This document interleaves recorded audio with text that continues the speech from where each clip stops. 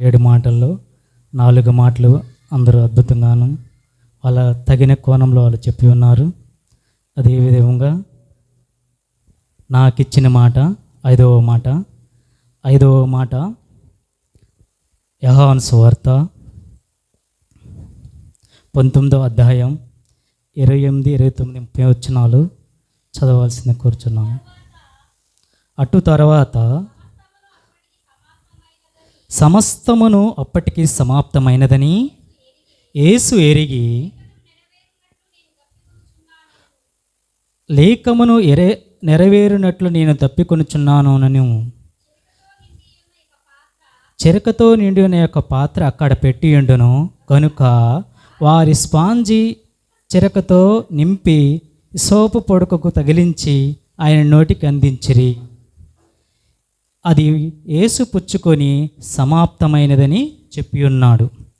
ఇక్కడ మనకి దేవుడు అనేది నేను దప్పికొనిచున్నాను అని చెప్పి ఉన్నాడు. దప్పికొనిచున్నాను అని దేనికి అసలు చెప్పేవాళ్ళ? కాసేపట్లో ఇంకా మరణించబోతున్నాడు. దేనికి చెప్పాలి? దేవుడు కదా. దేవుడు మానవ శరీరాన్ని ధరించుకున్నాడు కాబట్టి దప్పిక అనేది సహజం. మన మానవులందరికీ దప్పికొనుచున్న అనేది సహజం.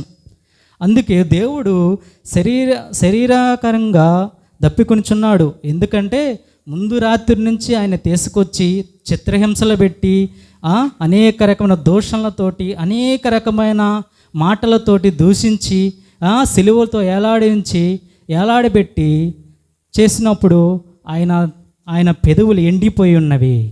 అంతా శరీరం అంతా రక్తధారలతో దారిపోయింది. అలాంటప్పుడు ఆయన దప్పికొనుచున్నాను అని శారీరకంగా కాదని చెప్పుచున్నాడు. కానీ మనకి చెప్పాల్సిన అవసరం లేదు. అది నేను దప్పికొనుచున్నాను అనే మాట అనేది మనకి చెప్పాల్సిన అవసరం లేదు. అసలు ఆ మాట మాట్లాడాల్సిన అవసరం లేదు. కానీ ఆయన ఉద్దేశం వేరు. అసలు ఈయన నేను దప్పికొనుచున్నాను అని అంటున్నాడు. అసలు ఇంతకుముందు ఎంతమందికి మన భక్తులు ఉన్నారు కదా, మన పాత నిబంధనలో కానీ కొత్త నిబంధనలో కానీ ఎంతోమంది ప్రవక్తులు ఉన్నారు. అసలు వాళ్ళ విషయంలో దేవుడు వాళ్ళ దప్పికి ఎలా తీర్చాడు అనేది మనం తెలుసుకుందాం. సంసోను న్యాయాధిపతులు 15వ అధ్యాయం 16, 17 చూడమ్మా.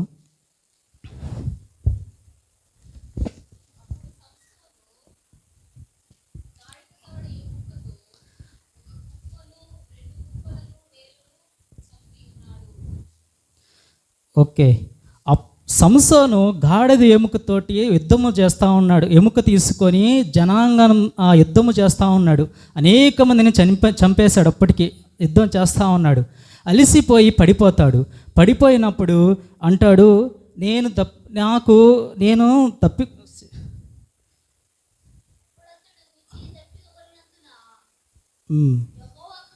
అప్పుడు అతను దప్పికుని ఉందన యెహోవాకు మొరపెట్టాడు. ప్రభువా, నేను ఈ రకంగా చావకూడదు, దాహం తీర్చక నేను చావకూడదు ప్రభా, 5 అని చెప్పగా సంసోనికి తన రాతిని ఆ చేతిలో ఆడున్న ఒక గోతిని చీల్చెను. దాని నుండి నీళ్లు బయలుదేరును. అక్కడ పక్కన ఒక గోతిని చీల్చగా అక్కడ నుండి నీళ్లు బయలుదేరి అప్పుడు ఆ సంసోను ఆ నీళ్లు తాగి తన ప్రశాంతంగా ఉంచును. ప్రాణము త్రెప్పరిల్లును అంటే ప్రశాంతముగా తన తేరుకున్నాడని అర్థం. ఓకే. అలాంటి భక్తుడికి నీళ్ళు ఇచ్చిన అతనికి దేవుడిని ఎందుకు దప్పికొనుచున్నాను అని చెప్తున్నాడు. అదే విధముగా ఇంకో ప్రవక్త అయిన మోషే నిర్గమకాండం 15వ అధ్యాయం 22.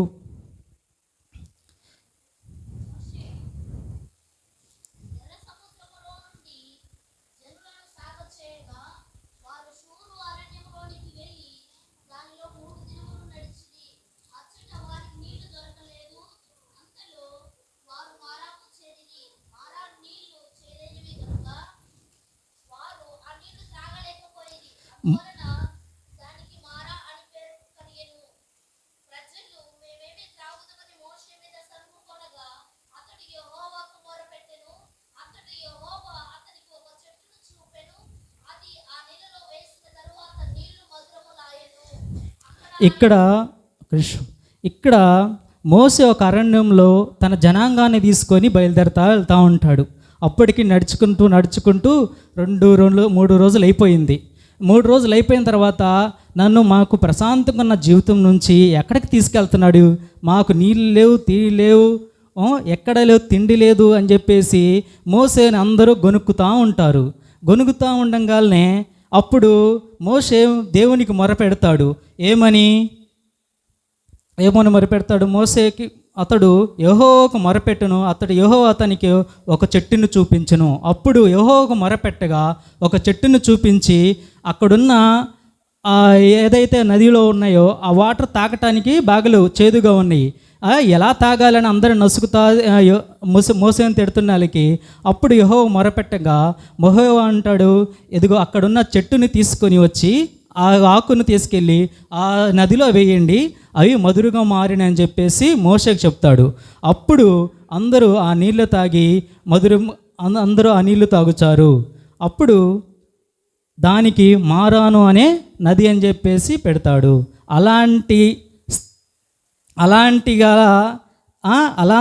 ఇలా అంతమందికి దాహం తీర్చిన దేవుడు ఎందుకు నేను దప్పికొనిచున్నాను అని చెప్పేసి అడుగుచున్నాడు. అలాంటి ఉద్దేశంగా ఎంతోమందికి దాహం తీర్చిన దేవుడు నేను దప్పికొనిచున్నాను అని చెప్పేసి అని చెప్పుచున్నాడు.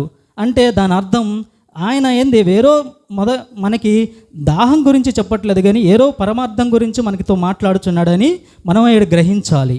అలాగే సమయస్త్రీ ఉంది. సమయస్త్రీ దగ్గరికి వెళ్ళి నాకు కొద్దిగా నీళ్ళు త్రాగుటకు మీరు పోస్తావా అని అంటే, మీరు యూదులే కదా, మా నీళ్ళు తాగుతారా అని అడుగుతాడు. అప్పుడు ఆయన ఏమంటాడో సంభాషణ జరుగుతూ ఉంటుంది. అప్పుడేమంటాడు దేవుడు సమరయ స్త్రీతో, నువ్వు ఇచ్చిన నీళ్లు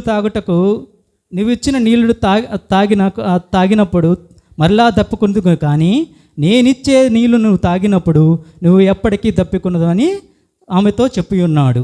అదే జీవజలం గల నీరు. ఆ జీవజలం గల సృష్టించి ఈ ప్రపంచానికే జీవజలం గల ఇవ్వగల నీటిని ఇవ్వగల దేవుడే నేను తప్పుకొనిచున్నానని ఎందుకు చెప్తున్నాడు అనేది మనం అర్థం చేసుకోవాలి. అదేవిధంగా ఇక్కడ అసలు దేవుడు ఉద్దేశం ఏంటి, దేవుడు యొక్క ప్రణాళిక ఏంటి, ఏం చెప్పాలనుకుంటున్నాడు మనకని అంటే, దేవుడు మనకి ఆయన ఏం చెప్తున్నాడంటే 2 రకములైన దాహములు ఉన్నాయి. 1 శారీరక దాహము, 2 ఆత్మల పట్ల దాహము, ఆత్మీయత దాహము. ఓకేనా? దీనిట్లో అసలు శారీరక దాహం అంటే ఏంటి, శారీరక దాహం అనేది ఏంటి, అసలు శారీరక దాహంలో ఏముంటాయి? శారీరకమైన దాహం అంటే లోకానుసారంగా నడిచే డబ్బు, బంగారం, పనులు, అధికారం, చదువు, మందు, ఇలాంటి. కొంతమంది డబ్బు ఎంత సంపాదించినా కానీ వాళ్ళకి దాహం తీరదు. వాళ్ళ దాహం అసలు ఎన్నైనా స్థలాలు కొనండి, ఎంతైనా చేయండి, వాళ్ళ దాహం తీరదు. ఇంకా సంపాదించాలని మాట్లాడుతూ ఉంటారు, కానీ వాళ్ళ దాహం మాత్రం తీరదు. అలాగే బంగారం కూడా మీరు ఎంతైనా చంచో ఈ మ్యాచింగ్ కావాలి, దానికి ఈ మ్యాచింగ్ కావాలి, ఈసారికి ఏ మ్యాచింగ్, ఎంతైనా బంగారం, శ్యామం శుక్రవారం నేను బంగారం కొనుక్కోవాలని ఎంతైనా దాహం, బంగారం కొంటానికి దాహం, దాని గురించి దేవుడు మాట్లాడట్లేదు. పనుల దాహం గురించి కూడా కొంతమంది ఉంటారు, అసలు బాగలేకపోయినా తెల్లారలేసి పనికి వెళ్తూ ఉంటారు, అదో దాహం వీళ్ళకి అందరికీ. ఈ దాహం గురించి దేవుడు మాట్లాడట్లేదు. చదువుల దాహం ఏంది? చాలామంది చదువుతూ ఉంటారు 24 గంటలు, ఒక పిచ్చోడు చదివినట్టు చదువుతూ ఉంటారు. ఒక పిచ్చోడే ఉండదు, చదువు 2 పేరాలు చదివిపోయేది నెంబర్ వేసుకుంటా ఉంటాడు. ఓకే ఏదైనా నెంబర్ వేసుకుంటా ఉంటాడు. అలాంటిది దీని గురించి కదా దాహం. మందు తాగేవాడు ఉంటాడు, మందు దాహం. వాడికి ఏంది? ఉదయం తాగుతాడు, సాయంత్రం తాగుతాడు, మళ్ళీ మధ్యాహ్నం తాగుతాడు, 3 పూట్ల తాగుతాడు. అసలు అది ఆదివారం అయితే వాడు స్పృహే ఉండదు, వాడు దాహం తీరదు ఎప్పటికీ. ఆ దాహం గురించి చెప్పట్లేదు. ఆత్మల పట్ల దాహం గురించి, ఆత్మీయత గురించి దేవుడు మనతో చెప్పుచున్నాడు. ఆయన బాధ ఏంటంటే, నేను ఇంకా ఎంతోమందిని మార్చాలి, మనసులు మార్చాలి, వాళ్ళ మనస్తత్వాలను మార్చి వాళ్ళ మనసులు మార్చి మన దేహానికి, మన రాజ్యాన్ని తీసుకెళ్ళాలని ఆత్మ ఆయనకి చెప్పుచున్నాడు. అక్కడ ఎంతోమందిని తీసుకెళ్ళాలని దేవుడు మనతోటి చెప్పుచున్నాడు. అలాగే ఆత్మల పట్ల దాహం. అసలు ఆత్మల పట్ల దాహం అని అంటే అసలు కొంతమంది పాటల ద్వారా మారే వాళ్ళు ఉంటారు. పాటల ద్వారా, పాటలు పాడే ఒక అర్థాల ద్వారా, వాక్యం ద్వారా. వాక్యం ఎంతోమంది కొంత మనుషులకి దూర ప్రాంతాల వలన వాక్యం వింటాను అంటారు, కొంతమంది మారేవాళ్ళు కూడా ఉంటారు. అదేవిధంగా ప్రార్థనా దాహం. ప్రార్థన ద్వారా కూడా మనం ఎంతోమంది గురించి, మన పక్క వాళ్ళ గురించి కానీ, మన ఇంటి పక్క వాళ్ళ గురించి మనం ప్రార్థన చేసే మన వాళ్ళ గురించి ప్రార్థన చేసినప్పుడు మారేవాళ్ళు ఉంటారు. అది ప్రార్థనా దాహం. సువార్త పఠించు దాహం. కొంతమంది అక్కడ మీటింగ్లు ఆడబెట్టి పెడతా ఉంటారు. ఇక్కడి నుంచి అక్కడికి వెళ్తారు, అక్కడి నుంచి ఇక్కడికి వెళ్తారు, చేస్తూ ఉంటారు. వాళ్ళకి ఏంది, ఒక ఆత్మైన రాదా? ఆ ప్రాంతంలో నేను ఒక ఆత్మైన రాదా? అక్కడి నుంచి ఇక్కడ ఏముంది, ఇక్కడ సేవకుని అక్కడ సేవకుని పిలుచుకుంటూ ఉంటారు. ఎందుకంటే అంటే ఒక్కరైనా సరే, ఒక్క పర్సన్ అయినా సరే, ఏ ఒక్క పర్సన్ అయినా ఒక్క వాక్యానికి మీరు రారా అన్న ఆలోచనతోటి వాళ్ళు సువార్త ప్రకటిస్తూ ఉంటారు. నేను అప్పుడప్పుడు గమనించుకుంటూ ఉంటాను. ఒక్కోసారి అసలు సంఘం ఎంత, మనం చేసే ఇదెంత, అక్కడ పెడతాడు ఇక్కడ పెడతాడు బాక్సులు, ఏంది అసలు నాకు అర్థం కాదు. ఒక్కోసారి ఎందుకు పెడతాడు, దేని పెడతాడు, అసలు ఏంది, మనం ఉండేదో 30 మంది 40 మంది అయినా ఎందుకు ఇంతగా పెడతాడు అనుకుంటా ఉంటాను ఒక్కోసారి. కానీ వచ్చిన వాళ్ళ గురించి కదా నాకు ఆలోచిస్తుంది. ఎంతమంది అయితే నీ సన్నిధికి రాలేకపోతున్నారో, ఎంతమంది అయితే నీ మారు మనసు పొందకుండా ఉంటున్నారో, ఎంతమంది అయితే నిన్ను తెలుసుకోకుండా ఇచ్చలవిడిగా తిరుగుతున్నారో, ఇంకను దేవుడు తన చివరి క్షణం వరకు ఎవరి గురించి అయితే బాధపడారో అట్టివారందరూ నీ సన్నిధికి రావాలని తను ప్రాధాయపడుతుంటాడు. అందుకు దేవుడు అందుకని మన సేవకులు కానీ, ఎంతోమంది సేవకులు, జానన్న కానీ, నాకు బలాశ్చర్యం అనిపిస్తుంది. జానన్న అసలు ఎప్పుడు కూడా అసలు ఆడ మీటింగ్ అంటాడు, ఈడ మీటింగ్ అంటాడు, ప్రతి నెల ఏదో ఒక మీటింగ్ చెప్తూనే ఉంటాడు. సేవకుడు వెళ్తూ ఉంటాడు, ఆడ ఏడంటాడు. సేవకులకు కూడా, మన సేవకుడికి కూడా ఏంటంటే భలే ఇష్టం, ఆశ. అసలు ఏంది, ఎట్టగట్ట ఎవరైనా సరే ఒక్కరైనా మారరా నా ఉద్దేశం, ఒక్కరైనా మారరా అన్న ఆలోచనతోటి పరితపించిపోతూ ఉంటాడు. అలాంటి దాహం మనకు కావాలి. మనం ఇప్పటికీ ఏదో ఆడకపోయి వాళ్ళు చెప్పిన మాటలేని, వీళ్ళు చెప్పిన మాటలేని కాదు, కానీ మారు మనసు పొందాలి. మనం ఉన్న స్థితి నుంచి, మన బిడ్డలున్న ఎంతమంది అయితే ఇప్పుడు భయంకరంగా నాశనం అయి ఉన్నారు. చిన్న బిడ్డలు కానీ పెద్దవాళ్ళు కానీ ఎంత విధంగా నాయన నాశనం అయిపోయినారు. వాళ్ళని మార్చే విధంగా మనం అందరము కూడుకొని ప్రతిరోజు ప్రతిదినము మన సన్నిధిలో మనం ప్రార్థన చేయాలనుకుంటున్నాం. ఇక్కడ నుంచి ఆత్మల పట్ల మనందరం కలిసి దేవుడి యందు ప్రార్థించాలని మీ అందరిని కోరుచున్నాను. ఆమేన్.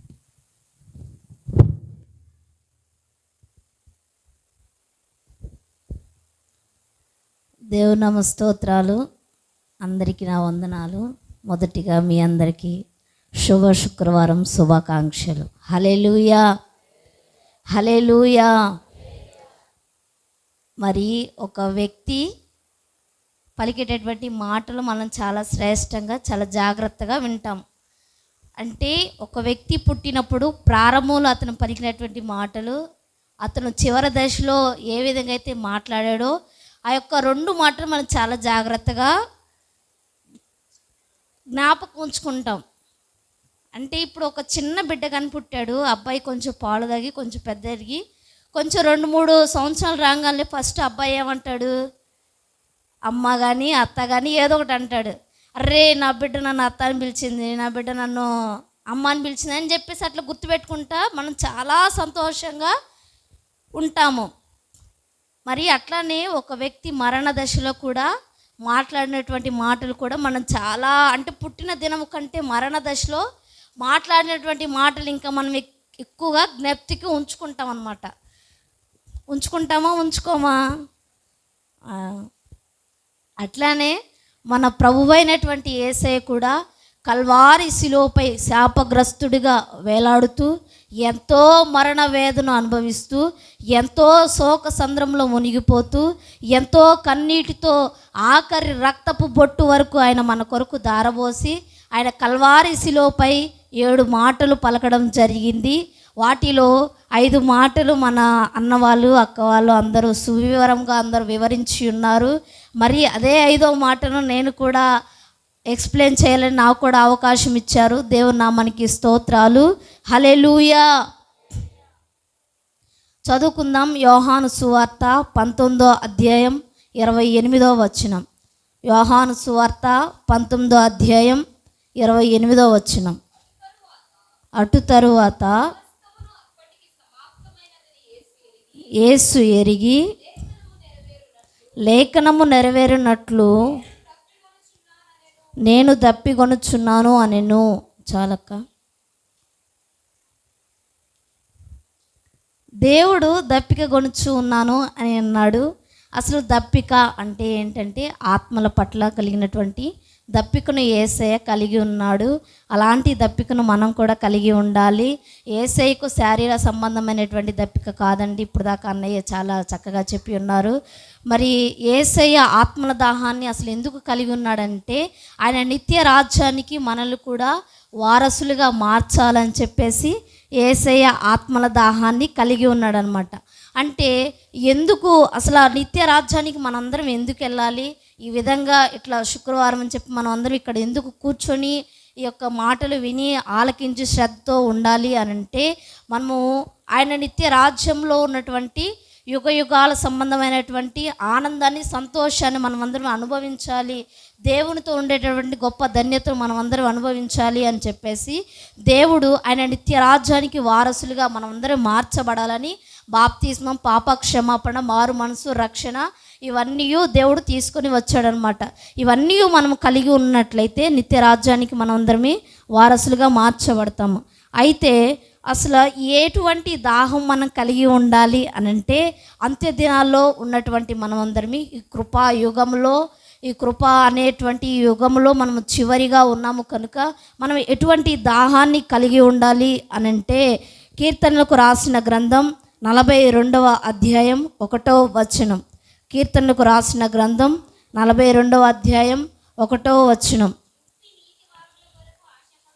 దుప్పి నీటి వాగుల కొరకు ఆశపడినట్లు దేవా నా ప్రాణము నీ కొరకు తృష్ణగొనుచున్నది అని అంటారు. అసలు దుప్పి అనంటే ఇది చాలా అరణ్యంలో తిరుగుతూ ఉంటుంది. దుప్పి మనం ఎక్కడ చూస్తామా? ఇక్కడ మనం చూస్తామా దుప్పుల్ని? చూడము. అవి ఎక్కడుంటాయంటే అవి అరణ్యంలోనే ఉంటాయి. అయితే దుప్పి వాటర్ కొరకు ఎంతో వేగిరపడుతూ ఎంతో ఆశతో అవి కనిపెడతా ఉంటాయి అన్నమాట. ఇప్పుడు మనకి ఎడారిలో వాటర్ దొరకాలంటే దొరకవు కదా. ఇప్పుడు మనకు హౌజులు ఉన్నాయి, ఇంటింటికి. ఎడారిలో మనకు హౌజులు ఉంటాయా? ఉండవు. అట్లానే దుప్పి అయితే వాటర్ దొరకగానే అవి ఎంతో ఆశతో ఎంతో వేగిరంతో వెళ్ళి ఒకసారిగా 10 డ్రమ్ములు 15 డ్రమ్ములు వాటర్ తాగుతాయంట. ఎన్ని డ్రమ్ములు? ఒక బిందె ఒక చెంబు కాదు, 15 డ్రమ్ములు 20 డ్రమ్ములు వాటర్ తాగుతాయంట. అయితే మనము కూడా అంటే దుప్పి వాటర్ కొరకు అంత ఆసక్తితో అది ఎదురు చూస్తూ అంత ఆసక్తితో తన దాహాన్ని తీర్చుకుంది కనుక మనము కూడా ఎటువంటి దాహాన్ని కలిగి ఉండాలంటే యేసయ్యతో అనే దాహాన్ని మనం కలిగి ఉండాలి. యేసయ్యని కలిగి ఉన్నాము అనేటువంటి దాహాన్ని మనం కలిగి ఉండాలి. యేసయ్యతో సహవాసం చేసేటటువంటి దాహాన్ని మనం కలిగి ఉండాలి. యేసయ్యతో మనము ఆయన సముఖంలో నిలిచి ఉండేటటువంటి దాహాన్ని మనం కలిగి ఉండాలి. యేసయ్య పరిచర్యలో ఆయన రాకడ కొరకు కూర్చున్నటువంటి వాంఛ, అలాంటి దాహం మనం అందరికి కలిగి ఉండాలి. నేటి సమాజంలో క్రైస్తవులుగా బ్రతుకుచున్నటువంటి మనము నిజముగా మనలో రోజు ప్రార్థన చేసేటటువంటి దాహాన్ని మనం కలిగి ఉండాలి. రోజు బైబిల్ చదివేటటువంటి అనుభవాలు అన్నటువంటి దాహాన్ని మనం కలిగి ఉండాలి. ఇలాంటి దాహాన్ని మనం అందరం కలిగి ఉందుముగాక. ఆమేన్. మరి రెండో మాట యోహాను సువార్త 7వ అధ్యాయం 37వ వచనం. The gospel of John chapter 7 verse 37. ఆ పండుగలో మహాదినమైన అంత్యదినమున యేసు నిలచి ఎవడైనను దప్పిక కొనిన ఎడల నా యొద్దకు వచ్చి దప్పి తీర్చుకొనవలెను అనెను. మనము దప్పిక అంటే యేసు నామంలోనే మనకు దప్పిక తీర్చబడుతుంది. యేసు నామంలోనే మనకు రక్షణ అనే దాహం కలిగి ఉంది. యేసు నామంలోనే ఆయన నామంలో నిలిచినటువంటి మనకు దప్పిక తీర్చబడుతుంది. ఎందుకంటే మనలో స్థిరత్వం లేదు, మనలో అచంచలమైనటువంటి మనస్తత్వాన్ని కలిగి ఉన్నాము కనుకనే యేసయ్య మనలో అంటే మనకు చెప్తున్నారు, ఆయనలో నిలిచి ఉన్న వారికి అంటే ఎవరైనాను నా నామమందు నిలిచి ఉంటారో వారికే నిత్యరాజ్యము, వారికే దాహము తీర్చబడుతుంది అని ఉంటుంది. మరి ఈ యోబును కూడా మనం గమనించినట్లయితే ఆయన జీవితంలో ఎన్నో శ్రమలండి, ఎన్నో బాధలు, ఎన్నో ఇబ్బంది పెట్టేటటువంటి, ఎన్నో కలవరపరిచేటటువంటి, ఎన్నో కన్నీటితో కూడినటువంటి సమస్యలు ఆయన అనుభవించి ఉన్నాడు. ఒక విశ్వాసంలోనే కాదు, ఒక భార్య విషయంలోనే కాదు, ఒక పిల్లల విషయంలోనే కాదు, ఆస్తి విషయంలోనే కాదు, వ్యక్తిగత విషయంలోనే కాదు, అనారోగ్యమైనటువంటి విషయంలోనే కాదు, అన్ని విషయాల్లో కూడా ఆయనను బలహీనపరచబడుతూ ఉన్నది. కానీ ఆయన యేసు నామమునందు నిలిచి ఉన్నాడు. యేసు నామం అనే దాహాన్ని ఆయన కలిగి ఉన్నాడు కనుక యేసయ్య ఆ దాహాన్ని చూచినటువంటి యేసయ్య ఆయన దాహాన్ని తీర్చి ఉన్నాడు. ఆయన దాహాన్ని తీర్చినటువంటి యేసయ్య కోల్పోయిన వాటన్నిటికీ అతనికి రెట్టింపుగా అనుగ్రహించి ఉన్నాడు. హల్లెలూయా, హల్లెలూయా. ఈ విధమైనటువంటి ఈ దాహాలన్నీ మనం కలిగి ఉన్నట్లయితే ప్రకటన గ్రంథం 21వ అధ్యాయం 6వ వచనంలో ఒక మాట ఉంటుంది. ప్రకటన గ్రంథం 21వ అధ్యాయం 6వ వచనం, మరియు ఆయన నాతో ఇట్లా నేను సమాప్తమైనవి నేనే అల్ఫయు ఒమేఘయు అనగా ఆదియు అంతమునై ఉన్నవాడను, దప్పికగొను వానికి ఆమేన్, హల్లెలూయా. ఇలాంటి దప్పికలు కూడా మనం కలిగి ఉన్నట్లయితే, ఎవరైతే దేవుని యందు విశ్వాసం అనే దప్పికను, ఆయన నామమందు నిలిచి ఉండే దప్పికను, మరి ఆయన యందు తృష్ణ గొంజేటువంటి దప్పికను మనమైతే కలిగి ఉంటామో, అలాంటి దప్పికను మనం కలిగి ఉన్నట్లయితే అప్పుడు దేవుడు జీవ జలముల బుగ్గ యొద్దకు మనందరిని నడిపిస్తాడు. హల్లెలూయా, హల్లెలూయా. దేవుడి చిన్న మాటను దీవించునుగాక. ఆమేన్.